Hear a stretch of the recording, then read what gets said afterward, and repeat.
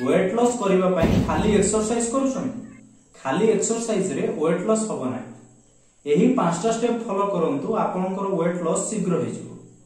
Fast, ठीक समय रे खांतु, ठीक खाद्य खांतु, ठीक परिमाण रे खांतु। आहार महा औषधम, खाद्य ठारू श्रेष्ठ औषध ए दुनिया रे किछि नै।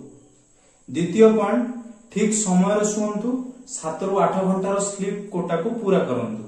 7 रु 8 घंटा सोइले आपनक बॉडी रिलैक्स स्टेट रे रहिबो एवं आपनकर वेट लॉस शीघ्र हो। थर्ड पॉइंट, 2.5 लिटर रु 3 लिटर पानी पियंतु। आपनकर मेटाबॉलिज्म फास्ट होबो, इंडाइजेशन प्रॉब्लम हेबो नाही। फोर्थ पॉइंट, जहा भी करूचंती कंसिस्टेंसी रे करंतु। जदि आपण आज गोटे जिनिस आरंभ करूचंती ताहले ताको 30 दिन करंतु बा आपनकर टार्गेट जति दिन नेचंती सेते दिन करंतु, नहले आपण रिजल्ट केबे भी पाइबे ना। ये गोटे लॉन्ग टर्म प्रोसेस, ये छोटो प्रोसेस नुए। Fifth point, mindset. जदि आपण मानसिक भाव रे वेट लॉस करूचंती ताहले आपण फिजिकल भाव रे वेट लॉस करि परिबे। आयुर्वेद रे लेखा अछि जदि आपण गोटे जिंस को धीरे धीरे धीरे धीरे करिवे ताहले आपनकर बॉडी ताको एक्सेप्ट करिवो।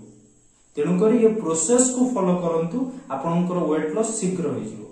जदि एही भली कंटेंट पाइबा पई चाहुछंती ताहले हमकु सब्सक्राइब करी सपोर्ट करंतु।